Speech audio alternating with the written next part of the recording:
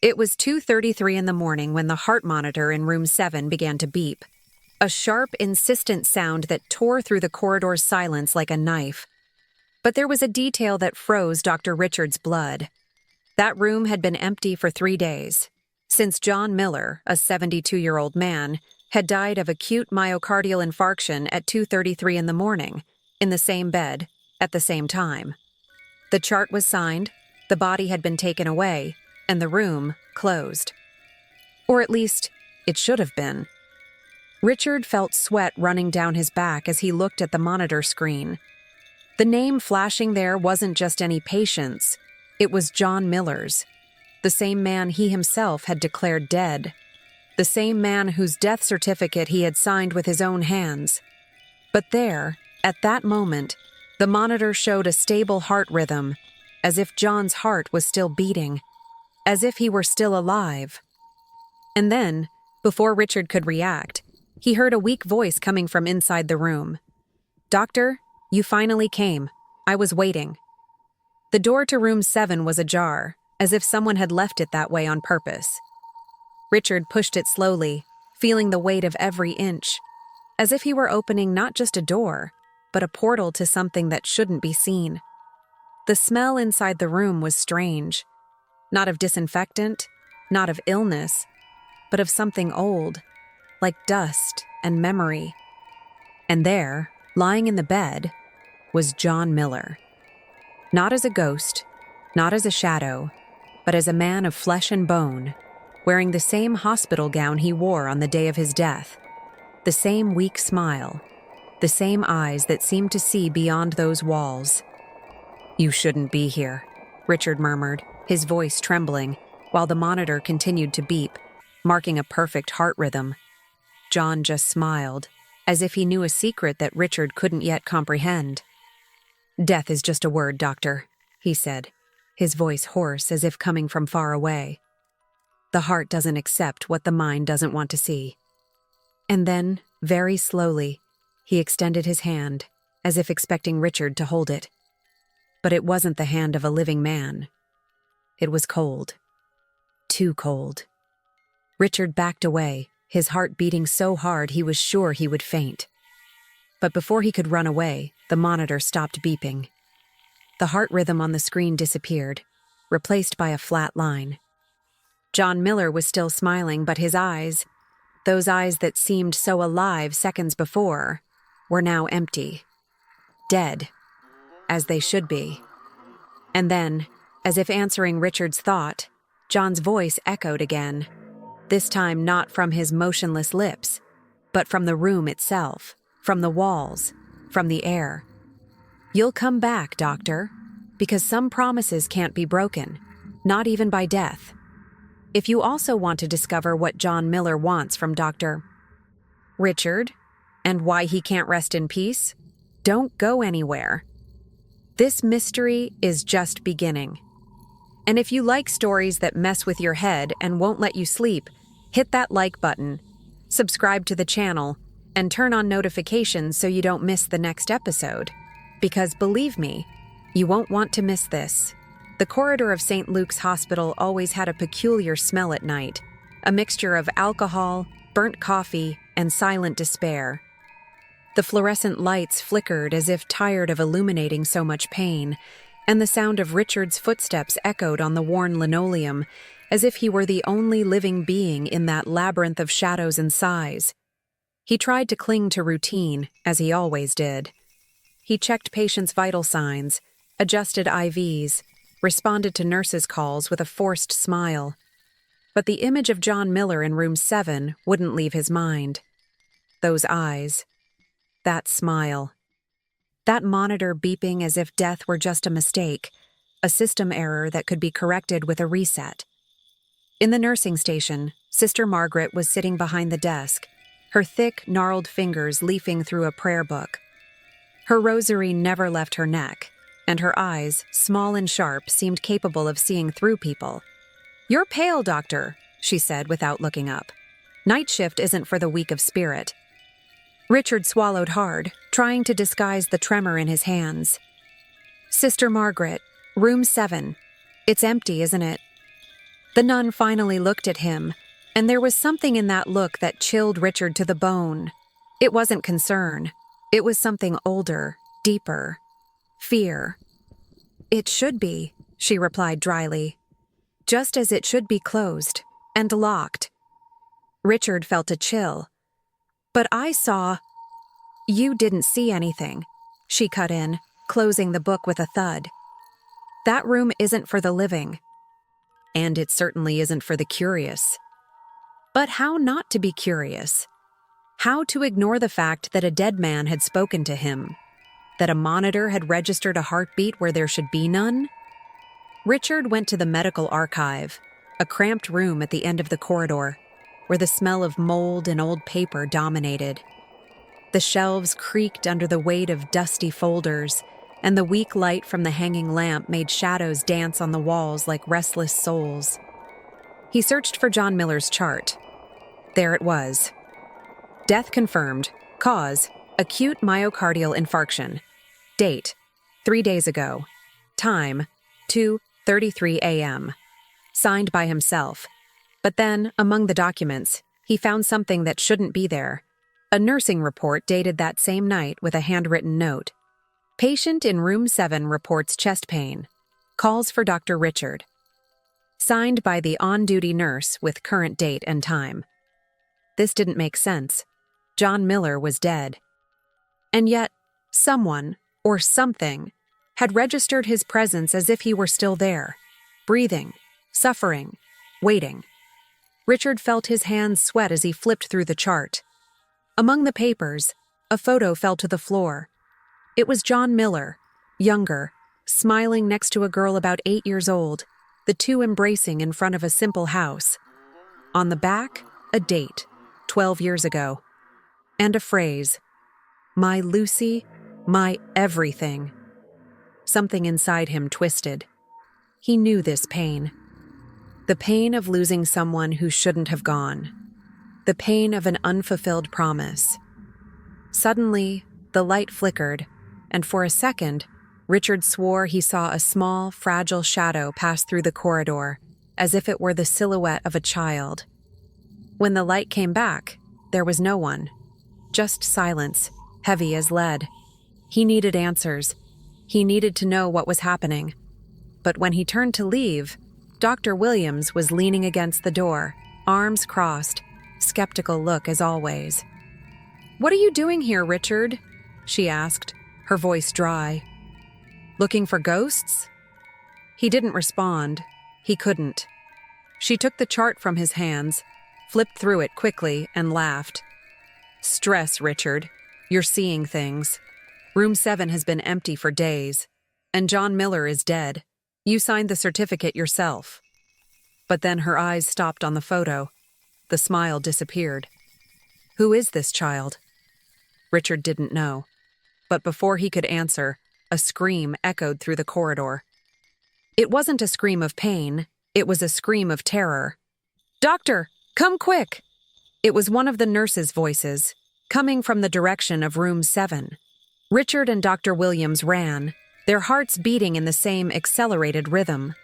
When they arrived, the nurse was standing before the door to room 7, her face white as a sheet. "He's in there," she whispered, pointing to the ajar door. "He's talking to someone." Inside the room, the temperature had dropped as if someone had opened a window to winter. The heart monitor was on again, beeping in a slow, steady rhythm. And there, in the bed, John Miller was lying, eyes closed, as if sleeping. But beside him, sitting in the chair, was a girl. A girl with long hair, dressed in a white dress, who wasn't there seconds before. She was holding John's hand, and the two seemed to be at peace. Too much peace. Dr. Williams grabbed Richard's arm tightly. "This isn't possible," she murmured, her voice trembling for the first time. "We don't have any children admitted here, and certainly not in room 7. Richard felt the ground disappear beneath his feet, because he recognized the girl. It was the same one from the photo. Lucy, John's daughter, the girl who, according to records, had died in a car accident 12 years earlier. And then, very slowly, John opened his eyes. Not to look at them, to look at her. "Don't worry, my flower," he whispered, his voice full of a tenderness that didn't belong to that world. "He'll help us. He'll fulfill the promise." The girl turned her head to Richard, and when their eyes met, he felt something break inside him. It wasn't fear. It was recognition. As if somehow he had always known this moment would come. As if from the beginning, he was part of it. The light flickered again, and when it came back, the room was empty. The monitor, silent. The photo disappeared. Only one question remained, written in pencil on John Miller's chart, in handwriting Richard didn't recognize. "Doctor, will you take us home?" The corridor seemed to breathe. Each shadow stretched like fingers trying to grab Richard as he advanced toward room 7, the air so dense it almost prevented his lungs from working. Dr. Williams had disappeared, vanished without a word, as if the hospital itself had swallowed her. Only he remained, the ajar door of room 7, and the icy certainty that, on the other side, something was waiting for him. Something that was no longer just a mystery, but a truth he wasn't ready to face. Inside the room, the smell of burnt candle wax mixed with the metallic odor of old blood. There were no more beeping monitors, no flickering lights. Just a thick penumbra, cut by a weak beam of light that came from who knows where, as if the room were illuminated by a source that didn't exist in that world. And then he saw. It wasn't just John Miller in the bed. It was them. John, lying with his hands crossed over his chest, eyes closed, skin so pale it seemed translucent. And beside him, sitting on the edge of the bed, the girl, Lucy, in her white dress stained with dirt, as if she had dug with her own hands to get out of somewhere deep. She wasn't looking at Richard. Her eyes were fixed on her father, as if she feared that, if she lost sight of him, he would disappear again. "You came," said John without opening his eyes. His voice didn't come from his lips. It came from the walls, from the floor, from the very air that Richard breathed. "I knew you would come." Richard tried to speak, but his throat was dry, as if filled with sand. "What do you want?" he managed to whisper, and it was then that Lucy finally turned her face to him. Her eyes weren't those of a child. They were ancient, full of a pain that didn't belong to those 8 years of life. "My father promised he would never leave me alone," she said, and her voice was like wind through an abandoned tomb. "But he lied. He left me down there, in the dark." Richard felt the ground tremble. It wasn't his imagination. The room's walls began to sweat, dark drops running down like tears. "Where?" he asked, although he already knew the answer. Lucy pointed to the floor, right beside the bed. "There, where they put me when they don't want to remember." And then, as if her words had triggered something, the floorboards creaked and a crack opened in the floor, revealing a staircase of rotten wood descending into darkness. A smell of damp earth and something rotten rose, enveloping Richard like an icy embrace. He didn't want to go down. Every instinct screamed at him to run, to leave that room and never look back. But there was something in Lucy's eyes, a plea so pure, so desperate that he couldn't resist. With trembling legs, he knelt and looked down. The staircase led to a basement that wasn't on the hospital's blueprints, a place where light didn't reach, where time seemed to have stopped. "Go down," John whispered, and this time, his lips moved. "You're the only one who can see us. The only one who can get us out of here." The steps groaned under his feet, as if they were alive, as if they knew the weight of the guilt Richard carried. Not his guilt. Theirs. John's. Sister Margaret's. Everyone who had closed their eyes to Lucy. When he reached the bottom of the stairs, his cell phone flashlight, which he didn't even remember taking, turned on by itself, revealing a small, damp room with raw brick walls. In the center, a simple wooden coffin, the size of a child.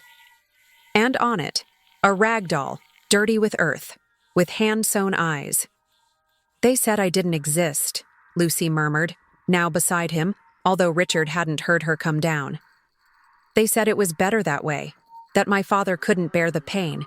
But pain doesn't disappear just because we bury it, Doctor. It just stays quiet, waiting." The coffin began to shake. No one was touching it. There was no wind, no movement. It was as if something inside it was trying to get out. Richard extended his hand, his fingers trembling, and touched the lid. It was freezing, not like wood, like skin. "Open it," Lucy pleaded, and this time her voice was a cry. "Please, I want to see the sun again." When Richard pushed the lid, there wasn't a body inside. There was her. Not a skeleton, not mortal remains. It was Lucy, whole, as if she were just sleeping, hands crossed over her chest, holding the same photo Richard had found in the chart. But her eyes were open, and they saw him. "Help us," she whispered, and then, very slowly, she extended her hand. Richard backed away, hitting the damp walls. It wasn't possible. It wasn't real. But when he looked at John, who was now beside his daughter, he understood. "She can't rest while she's here," John said, his voice broken. "And I can't go without her. We're trapped, Doctor. Trapped between what was and what should have been." Suddenly, the walls began to bleed. It wasn't paint. It wasn't moisture. It was blood, running down like tears, forming words that Richard didn't want to read but couldn't avoid. "Promise you'll take us away." And then, the ground began to shake. It wasn't an earthquake. It was something worse. It was as if the entire hospital was waking up, as if all the forgotten souls in the basements, in the closed rooms, in the falsified charts, were stirring, groaning, waiting. Lucy rose from the coffin and her white dress began to transform, the dirt stains falling like ashes, revealing something underneath that was no longer a child. It was a shadow, a silhouette of pure pain, with arms extended not to embrace, but to grab. "Promise!" she screamed, and her voice was no longer soft. It was a howl of despair, a sound that tore through the air and made the lights in room 7 explode above them. Richard fell to his knees, hands over his ears, but it didn't help. Lucy's voice was inside him, echoing in his head, in his chest, as if she had infiltrated his veins. "Promise!" And then, in the midst of chaos, he saw. It wasn't Lucy who needed to be freed.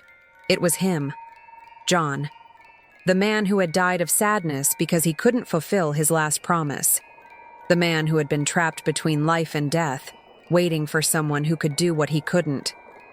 "Take her home," John whispered, and his form began to disintegrate, like ash in the wind. "Take her to the light, before it's too late." Richard looked at Lucy. She was no longer a shadow. She was a girl again, small, fragile, with tears streaming down a face that should never have known darkness. "I promise," he said, not knowing how, not knowing why, but knowing it was the only thing that could save them.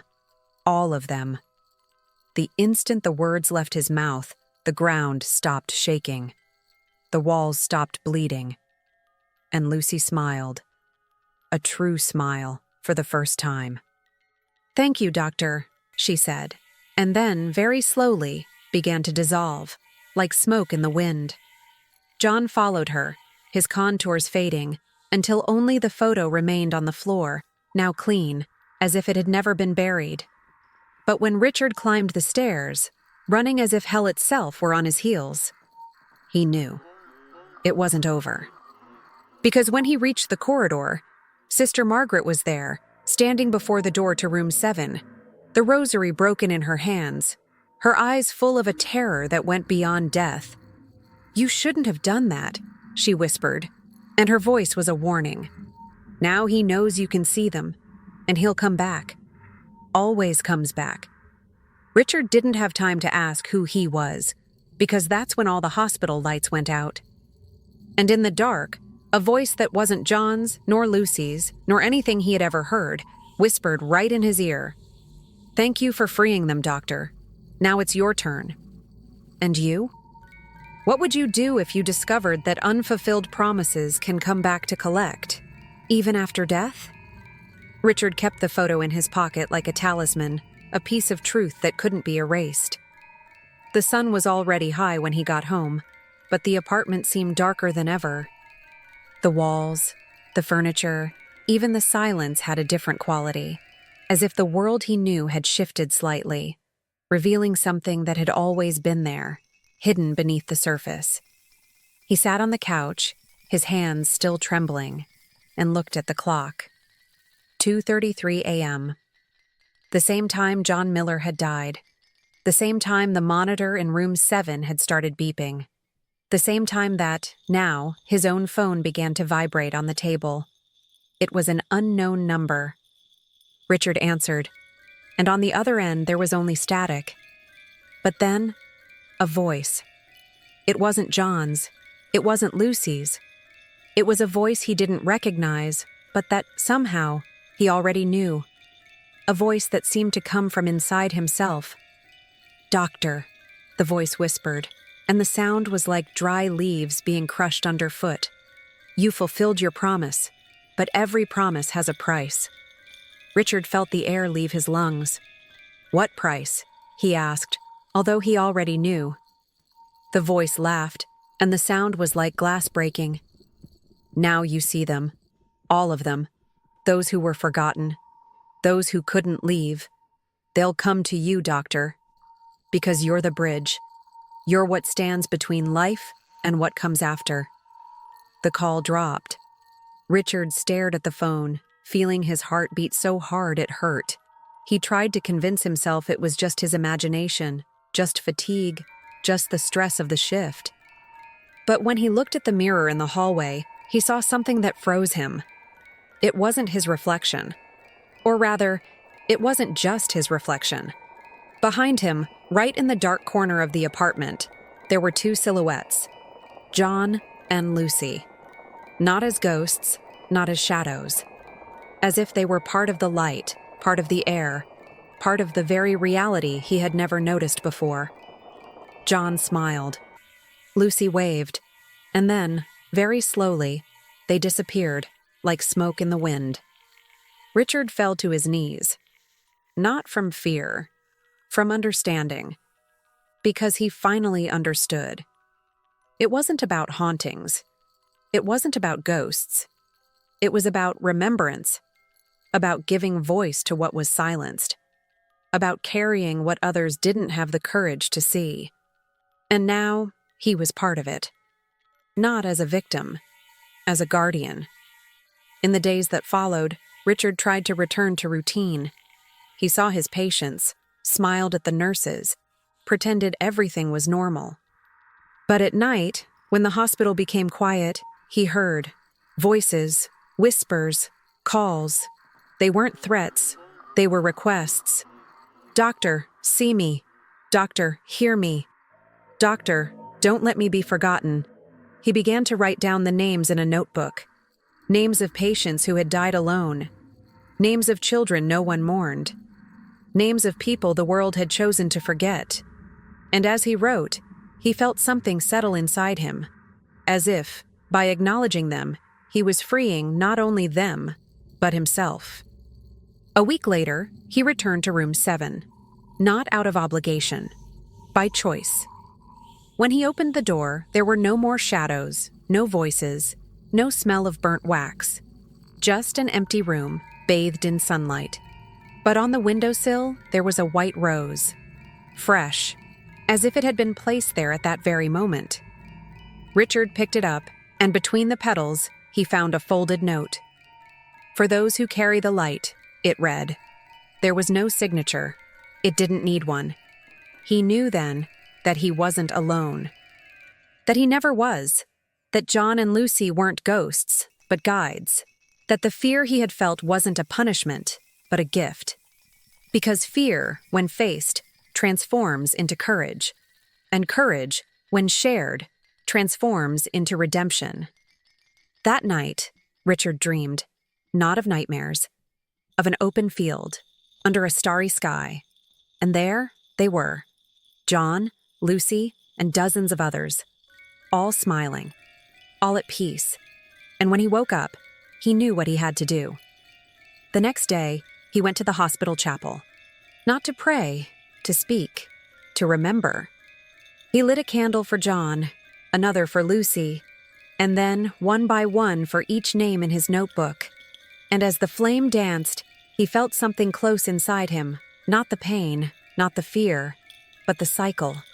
Because some stories don't end, they just transform. And some souls don't need miracles to rest. They just need someone who has the courage to see. When Richard left the chapel, the sun was setting, painting the sky in colors he had never noticed before. He breathed deeply, feeling the air enter and leave his lungs as if it were the first time. Because, in a way, it was. He was no longer the same man who had entered room 7 that night. He was someone bigger, someone who had looked into the darkness and found not a monster, but a truth that hurt, but also freed. And then his phone rang again. This time, he wasn't afraid to answer. "Doctor," said the voice on the other end. It was a woman. A voice he didn't recognize, but that somehow he was already expecting.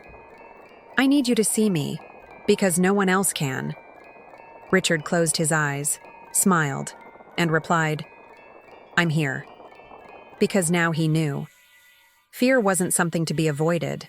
It was an invitation to see beyond the visible, to hear beyond the silent, to touch the untouchable. And in the end, perhaps the true miracle wasn't the light.